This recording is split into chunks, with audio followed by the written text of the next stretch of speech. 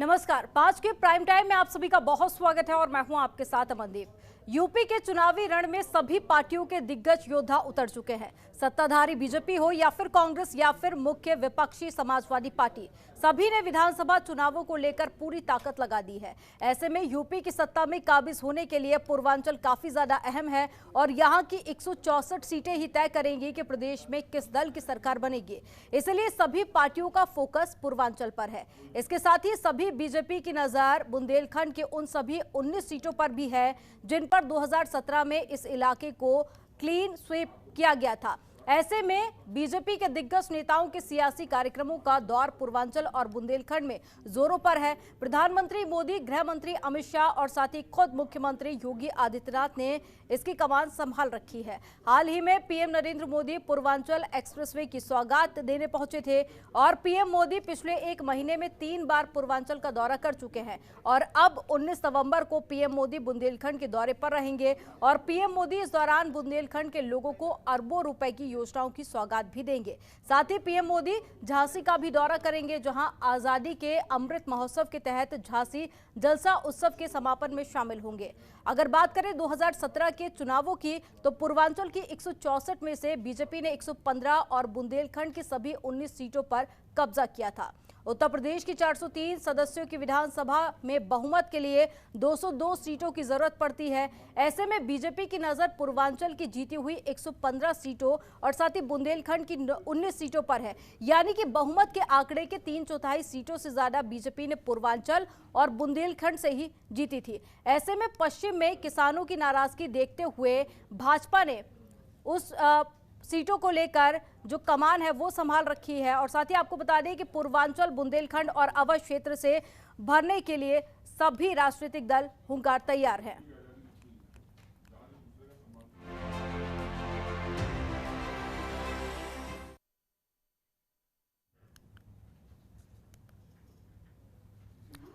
आज इसी मुद्दे पर चर्चा करेंगे। कुछ खास मेहमान हमारे साथ में जुड़े हुए हैं। बीजेपी से प्रवक्ता हैं दीपक सोनकर जी और साथ ही सपा से प्रवक्ता है हमारे साथ में कपिल श्रीवास्तव जी और साथ ही बीएसपी से नेता है हमारे साथ में डॉक्टर डीएस मिश्रा जी। सबसे पहले कपिल जी, आपके पास ही मैं आऊंगी कि लगातार हम देख रहे हैं कि बैक टू बैक दौरे हैं सत्ता पक्ष के। बीजेपी के कई जो स्टार प्रचारक हैं वो पहुंच चुके हैं, एक के बाद एक लगातार दौरे हैं। कई बड़ी सौगातें पूर्वांचल हो या बुंदेलखंड हो, तमाम जो इलाके हैं उनको दी गई है। क्या लगता है इस बार बुंदेलखंड में समाजवादी पार्टी का खाता खुलेगा?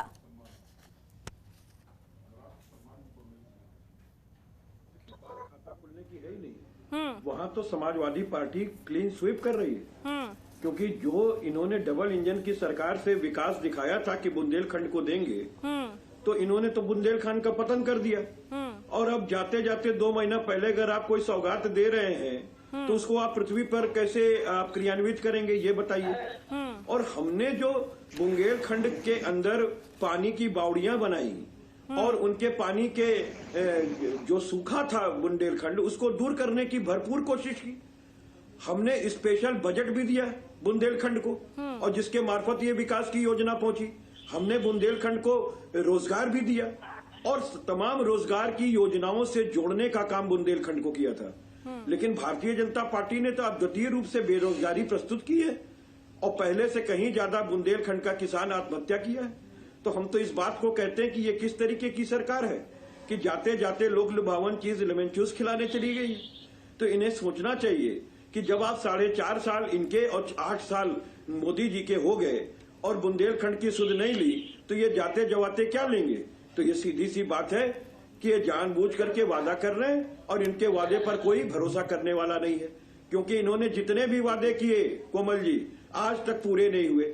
ना किसी को 15 लाख रुपए मिले, ना किसी को बुलेट ट्रेन चलती हुई दिखी, ना बनारस क्वेटो बन सका। लेकिन कपिल जी, समाजवादी पार्टी की भी तो सरकार रही है ना लंबे वक्त तक। जिन मुद्दों को लेकर आप यहाँ पर जिक्र कर रहे हैं वो तो समाजवादी पार्टी एक लंबे समय तक रही थी, तब भी वो मुद्दे वैसे ही बरकरार थे। चाहे आप बेरोजगारी की बात कर ले, चाहे फिर आप कुपोषण की बात कर ले, पानी की जो किल्लत है पहले भी थी, अभी भी बरकरार है। देखिए, कोमल जी, बात इस चीज की होती है कि आदमी ने कितनी योजनाएं दी और कितनी क्रियान्वित हुई। समाजवादी पार्टी के सरकार में 20 बड़े तालाब खुदवाने का काम किया गया था। और वही नहीं, बाकायदा जो है सोलर एनर्जी के पंप और सोलर एनर्जी से पंप और सोलर एनर्जी की बकायदा जो है व्यवस्था की गई थी। तो फिर पानी की समस्या अब क्यों है? अगर समाजवादी पार्टी के कार्यकाल में ही, सुन लीजिए कपीस जी, अगर समाजवादी पार्टी के कार्यकाल में ही पानी की कमी दूर हो गई थी तो फिर अब पानी की कमी क्यों हो रही है वहाँ? कोमल जी, आपने लगता मेरे स्टेटमेंट को नहीं सुना। मैंने कहा कि हमने दूर करने की भरपूर कोशिश की। अगर दूर हो गई होती तो फिर इनको कम से कम करने का अवसर दिया ना, करते करिए होते।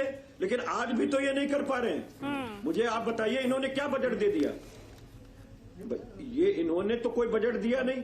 हमने तो 1500 करोड़ रुपए का स्पेशल बजट दिया था और उससे तमाम तो कपिल जी, जैसे आप नाकाम साबित हुए हैं ना योजनाओं को पहुंचाने में, वैसे ही ठीक बीजेपी भी नाकाम साबित हुई है। और इसी के चलते आज कुपोषण का मुद्दा भी वहां पर गरमाया हुआ है, बेरोजगारी भी लगातार बढ़ती जा रही है और पानी की किल्लत आज भी बनी हुई है। और रही बात बजट की, तो हमारे साथ में सोनकर जी जुड़े हुए हैं। दीपक जी, जवाब दीजिए इनके सवालों के, और साथ ही ये भी बताइए कि 4.5 साल पूरे हो चुके हैं बीजेपी की सरकार को, लेकिन अभी भी समस्याएं जस की तस बनी हुई हैं। देखिए अमनदीप जी, उत्तर प्रदेश के अंदर आदरणीय प्रधानमंत्री जी मोदी जी के नेतृत्व में, आदरणीय योगी जी के नेतृत्व में आज पूरे उत्तर प्रदेश का एक प्रदर्शन बदला है। एक विकास की लहर एक पूरे उत्तर प्रदेश में दिखाई दे रही है, चाहे वो बुंदेलखंड क्षेत्र की बात हो, चाहे पूर्वांचल क्षेत्र की बात हो, चाहे पश्चिम क्षेत्र की बात हो। मैं हाल ही में आपको बताना चाहता हूं कि अभी इतने बड़े पूर्वांचल एक्सप्रेस वे का उद्घाटन भी आदरणीय नरेंद्र मोदी जी के हाथों से हुआ। और 19 तारीख को हाल में ही बुंदेलखंड क्षेत्र के अंदर महोबा के अंदर 2600 करोड़ रुपए की योजना के साथ सिंचाई, ऐसे 168 गांवों तक सिंचाई की सुविधा ठीक से पहुंचाने का काम करे, ऐसी योजना का भी शिलान्यास आदरणीय मोदी जी के नेतृत्व में किया जाएगा। और 19 तारीख को ही हमारी देश की सबसे गर्वकान्वित, तो हमारे समाज के लिए महारानी लक्ष्मीबाई जी, झांसी की रानी जी की जयंती पर भी वहां से झांसी के किले को भी एक तरीके से मोटिवेशन करने का काम किया जाएगा। और वहां लोगों को माने एक पर्यावरण के क्षेत्र को देखते हुए और एक टूरिस्ट क्षेत्र को देखते हुए कि पर्यटन का भी क्षेत्र बढ़े और इसमें लोगों को रोजगार बनने का भी सौभाग्य मिले, इस क्षेत्र को देखते हुए लगातार भारतीय जनता पार्टी काम कर रही है। और जैसा कि कपिल जी कह रहे थे, तो मैं कपिल जी से पूछना चाहता हूं कि 2017 से पहले बुंदेलखंड के अंदर किस घर तक पानी पहुंचा? आज भारतीय जनता पार्टी ने बुंदेलखंड के अंदर नल और जल की योजना तक हर घर तक पानी पहुंचाने का प्रयास किया है। और जहां तक की आप बात दीपक जी, पानी तो अभी भी नहीं पहुंचा। सुन लीजिए, खाद की जो किल्लत है वो किसानों को अभी भी बरकरार है। ये पिछले महीने की एक रिपोर्ट में आपको बता रही, 2 किसानों ने आत्महत्या की है। जी मनदीप जी, मैं वही बता रहा हूँ, इसलिए लगातार आज 2600 करोड़ रुपए की योजना पर देखिए सिंचाई के माध्यम से गांव के खेतों तो वो करोड़ों की जो योजनाएं हैं वो कहाँ लागू हो रही हैं? दीपक जी, कहाँ पर लागू कर रहे हैं आप लोग? पानी की देखिए किल्लत बरकरार है, कुपोषण का हर बार जिक्र नहीं होता है, लेकिन कुपोषण की भी बड़ी समस्या है वहां पर। साथ ही रोजगार को लेकर भी एक बड़ी समस्या है, लोग पलायन करने को मजबूर है। योजनाएं कहाँ लागू कर रहे हैं आप बताइए? देखिए मैं आपको बताऊं मनदीप जी, जैसे कि बता रहे थे योजना 2017 से पहले योजनाओं तो कागज के ऊपर है, तो ये तो मैं आपको लास्ट मंथ का बता रही हूँ ना। मनदीप जी, मैं आ रहा हूँ, मैं वही आ रहा हूँ, तो आपका क्वेश्चन है, मैं वही उसी पर ही आ रहा हूँ कि जिस तरीके से 2017 के बाद हर एक योजना को डायरेक्ट जनता तक पहुंचाने का काम योगी जी की प्रदेश सरकार, और हम लगातार डायरेक्ट जनता के बीच में जाकर के जिस तरीके से उनके समस्या का समाधान करते माने योजनाओं के माध्यम से, मैं आपको एक आंकड़ा भी देना चाहता हूं कि उत्तर प्रदेश के अंदर 24 करोड़ की जनता में आदरणीय योगी जी की सरकार ने 10.5 करोड़ की संख्या में लोगों को योजना पहुंचाने का काम किया। मैं ये डाटा है मेरे पास, ये सूची है मेरे पास प्रदेश कार्यालय के अंदर, 10.5 करोड़ लोगों तक योजनाएं पहुंची अलग अलग प्रकार। दीपक जी, अभी 2 दिन पहले की बात है, आप ही की पार्टी के नेता बोल रहे थे कि कागज पे योजनाएं लागू करने से जमीनी हकीकत नहीं बदल जाती, तो वही बात यहाँ पर भी लागू होती है। बीएसपी से नेता भी हमारे साथ में जुड़े हुए हैं, डॉक्टर डीएस मिश्रा जी। मिश्रा जी, देखिए, जमीनी हकीकत की हम बात करें तो उससे आप भी वाकिफ है। बीजेपी हो या समाजवादी पार्टी हो, अपने अपने हिसाब से वहां पर तैयारियों में जुटी हुई है, काफी ज्यादा सक्रिय नजर आ रही है, लेकिन बीजेपी की तो कोई भी सक्रियता नहीं दिखाई दे रही है। कोमल जी, बीएसपी की जो सक्रियता है ना, वो धरातल पर रहती है। ये सड़कों पर नाटक करने से सड़कों पर प्रदर्शन करने से, सड़कों को जाम करने से और लाखों लाख अरबों रुपए खर्च करके हवाई जहाज उड़ाने से पेट नहीं भरता है। देखिए, बुंदेलखंड की जिस समस्या की आप बात कर रही हैं, बुंदेलखंड पठार है, ढाल है, रेतीला है और वहां पानी की समस्या है। क्योंकि वर्षा का पानी ढाल के नीचे रुक तो नहीं पाता है और नीचे जब सतह से पानी बहुत नीचे है तो वहां पर यह समस्या, और वो सुनिए, वो खनिज, लवण और अन्य प्राकृतिक संसाधनों से युक्त क्षेत्र है। लेकिन हो क्या रहा है, वहां पे जिस खेती की बात हो रही है, खेती हो कैसे? पहली चीज तो खेती की जमीनें उपयुक्त नहीं है, ऊपर से सिंचाई की कोई व्यवस्था नहीं है, ऊपर से गरीबी की जो किसानों के पास है, आत्महत्या करने के अलावा सबसे ज्यादा पूरे प्रदेश में बुंदेलखंड में किसान परेशान है। तो ये इस तरह के केवल ये तो प्रदर्शन है, जैसे फिल्म दिखाने के पहले ट्रेलर दिखाते हैं, वैसे ये लोग ट्रेलर दिखा रहे हैं। वादा करना, वादा करिए, वादा करोगे, वादा खिलाफी होगी। लेकिन बहुजन समाज पार्टी का प्रदर्शन सड़कों पे नहीं है, वो जन जन में व्याप्त है। हमारा जो गरीब है, जो किसान है, जो खेतीहर है, जो मजदूर है, जो लेबर है, वो कहां जाए प्रदर्शन करने के लिए? अभी आप देख लीजिए, मोदी जी की रैली हुई थी, 70% उसमें जाने वाले केवल वो गरीब और दलित थे, जिनको ले जाकर वहां छोड़ दिया गया और वो बस ढूंढते रहे। उनको, हर प्रधानों को यह लगा दिया गया था कि आप 2-2 बसें भर के ले आएंगे। आप सारे पूरे प्रदेश से 2000-4000 बसें इकट्ठा कर ली गई। तो ऐसे करना है तो ये तो सरकार अपने संसाधन का दुरुपयोग कर रही है। इससे कौन सा लोक कल्याण हो रहा है, आप बता दें? कोई एक लोक कल्याण ये सरकार कर रही हो, या जो कह रहे हैं कि सड़कों पर जो बस यात्रा निकल रही है, उससे कौन सा कल्याण हो रहा है? अरे गरीबों की बात सोचो, इस तरह के धन को मत बर्बाद करिए। ये देश का कोई भला नहीं होगा। ट्विटर पर भी एक्टिव रहने से भला नहीं होगा जनता का। कोई फर्क नहीं है, आम जनता जान रही है। इनको ये सपा और भाजपा को बिल्कुल मुक्त कर देना चाहती है कि आप दोनों लोग सड़क पर चलो, प्रदर्शन करो। आम जनता, जो गरीब जनता है, वो हमारे साथ है, उसको कहीं किसी प्रदर्शन की जरूरत नहीं है। वो खटिया पर बैठी रहती है। आप बाबू साहब बन के वोट मांगने जाएंगे, हाँ भैया चिंता न करो, आप ही को वोट दे। लेकिन वो हाथी को वोट लगा मोहर मारेगा। उसको पता है कि बहन जी उसकी नेता हैं और बहन जी उनके कल्याण के लिए और सर्वजन कल्याण के लिए बहन जी से बेहतर कोई सरकार नहीं आएगी। और आप देखिएगा, जिस तरह से 2007 में नीचे से ऐसे ही उबाल आया था, वही उबाल चल रहा है। अब अधिसूचना लागू होने दीजिए, आप देखिएगा कि क्या बहुजन समाज पार्टी का रोल होता है, किस तरह से बहुजन समाज पार्टी आने वाले 2022 के विधानसभा में सरकार बनाएगी। और महत्वपूर्ण रोल में ऐसा नहीं है। मिश्रा जी, आप समस्याओं को लेकर वाकिफ है, मुझे सुनकर अच्छा लगा। लेकिन मायावती भी तो 4 बार मुख्यमंत्री रही हैं, 4 बार मुख्यमंत्री रही हैं, उसके बावजूद भी देखिए स्थिति। आज आप बैठ के समस्याएं गिना रहे हैं। 4 बार नहीं, उनके शासनकाल को आप देखिए ना, उनके शासनकाल को आप देखिए ना। आज लोग लखनऊ। दीपक जी कुछ कहना चाह रहे? दीपक जी आऊंगी आपके पास, मैं आपसे भी जवाब लूंगी। आप पहुंचे, चर्चा को आगे बढ़ाएंगे। एक भी दल ने कोई काम मिश्रा जी आगे भी आपको मौका दूंगी। दीपक जी आपके पास में आऊंगी मैं। देखिए, पहले तो किसानों की जो मुश्किलें हैं और जो समस्याएं हैं उनसे आप वाकिफ ही होंगे। पश्चिम से लेकर पूर्वांचल तक जो स्थिति है वो किसानों की नाराजगी बढ़ती जा रही है। कई सारी किसान महापंचायत भी हुई है, तो कहीं ना कहीं बीजेपी की जो मुश्किलें हैं वो इस बार और ज्यादा बढ़ने वाली हैं। वहीं अगर बुंदेलखंड की हम बात करें तो वहां पर एक जो कड़ा मुकाबला होगा वो आपका AIMIM से भी होगा, यानी कि जो मुकाबला है वो त्रिकोणीय भी हो सकता है। तो ऐसे पहले के मुकाबले अब बीजेपी की मुश्किलें बढ़ने वाली है, क्या कुछ रणनीति रहेगी आगे की? देखिए अमनदीप जी, कोमल जी, एक सेकंड में लूंगा कि किसानों को बीजेपी से कोई लेना ही देना नहीं है, ये जान लीजिएगा। ठीक है, जवाब ले लेते हैं। दीपक जी बोलिए। देखिए, किसानों की बात है जहां तक की, तो मुझे ध्यान में आ रहा है कि उत्तर प्रदेश सरकार 2017 में बनते ही गन्ने का मूल 10 रुपए तुरंत अगर किसी सरकार ने बढ़ाया तो भारतीय जनता पार्टी ने बढ़ाया। और 2007 मुझे लगता है अभी थोड़े दिन पहले ही, जल्दी में ही 25 रुपए मूल और बढ़ाया गया है। लगातार गन्ना का किसानों का मूल्य बढ़ाने का काम, और किसानों को किसान निधि माननीय प्रधानमंत्री जी ने 8 किस्तें लोगों के खातों में डायरेक्ट पहुंचाने का काम किया है। तो प्रधानमंत्री जी के नेतृत्व में फिर किसानों में नाराजगी क्यों है? फिर किसानों में नाराजगी क्यों है? दूसरा सुनिए, 10 सेकंड।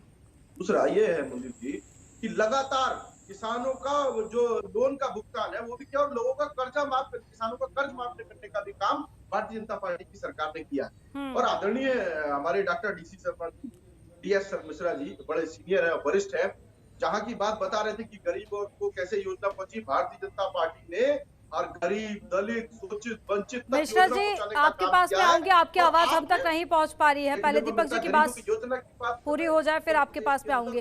दीपक जी वक्त कम है, जल्दी अपनी बात पूरी कीजिए। किया गया गरीबों को आवाज देने के साथ साथ बिजली का gas connection, Ujjwala gas connection, ऐसे नल से शुद्ध जल पानी की व्यवस्था भी की गई है। और आपने क्या किया है, बड़े बड़ी इमारतें। तो दीपक जी इन्हीं के भरोसे आप चुनाव जीत लेंगे? माने जनता की खून पैसे की मेहनत। दीपक जी इसी भरोसे चुनाव जीत जाएगी क्या इस बार बीजेपी? इस बार के जो मुद्दे हैं, और इसी के साथ साथ 2014 में भी भारतीय जनता पार्टी ने ही भारतीय जनता पार्टी पर ही विश्वास जताकर जनता ने भारतीय जनता ठीक है, वो तो परिणाम आने के बाद ही पता चलेगा कि जनता किस पर विश्वास जताती है। कपिल जी आपके पास में आऊंगी मैं। ठीक है दीपक जी आपको वक्त दिया। कपिल जी आपके पास में आऊंगी मैं। यात्राएं निकाली जा रही है समाजवादी पार्टी की तरफ से, लेकिन दूसरी तरफ बीजेपी के बैक टू बैक दौरे हैं, उपलब्धियां गिना रहे हैं अपनी कि कई बड़ी सौगातें उत्तर प्रदेश को दे सकते हैं। तो कहीं ना कहीं चुनौतीपूर्ण साबित हो सकता है, क्योंकि पहले अगर हम बात करें 2017 की, तो समाजवादी पार्टी का बुंदेलखंड में खाता भी नहीं खुला था।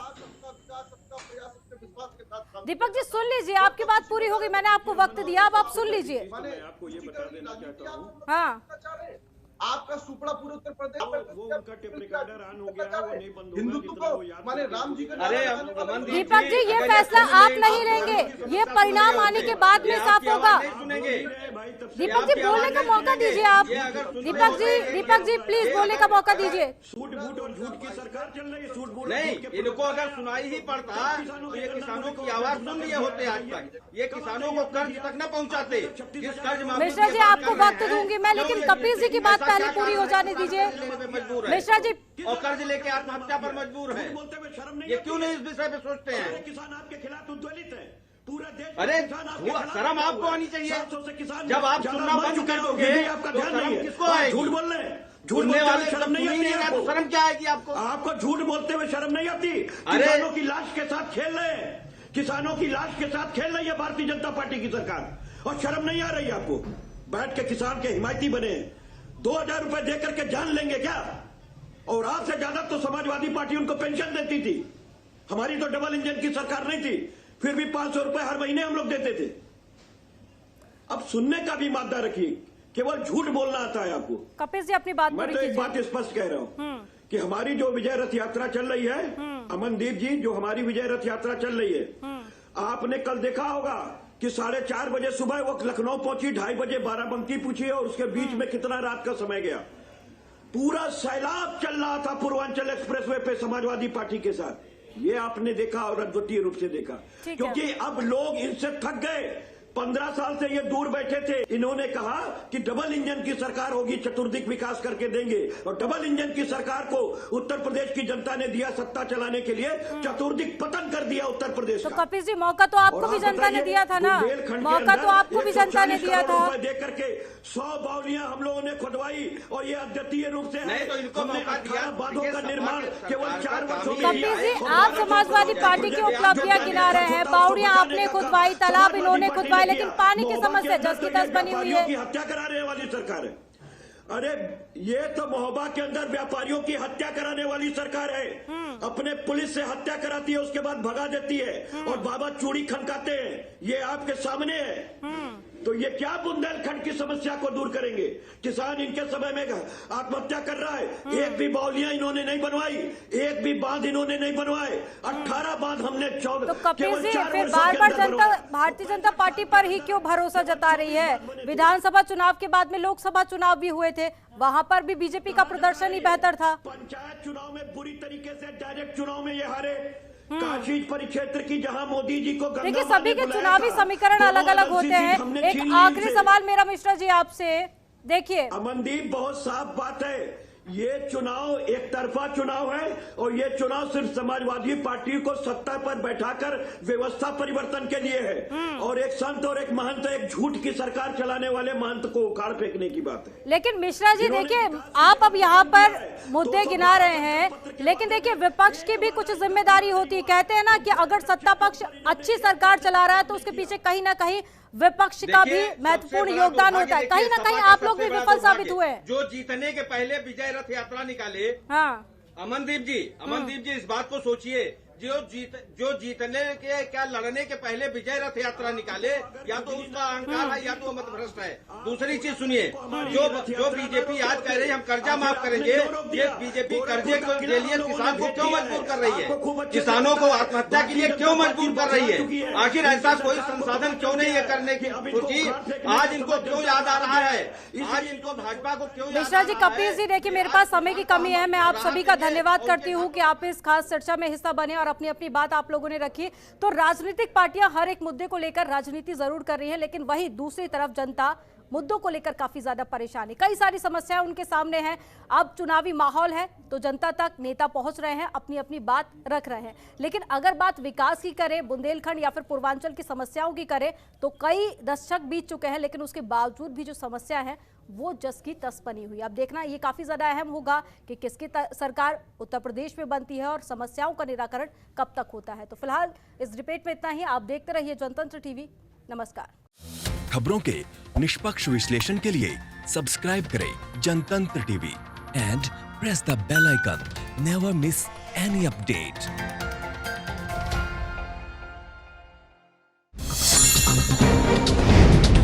डाउनलोड कीजिए जनतंत्र टीवी ऐप को, जो कि अवेलेबल है गूगल प्ले और ऐप स्टोर पर। अधिक जानकारी के लिए अभी डाउनलोड करें।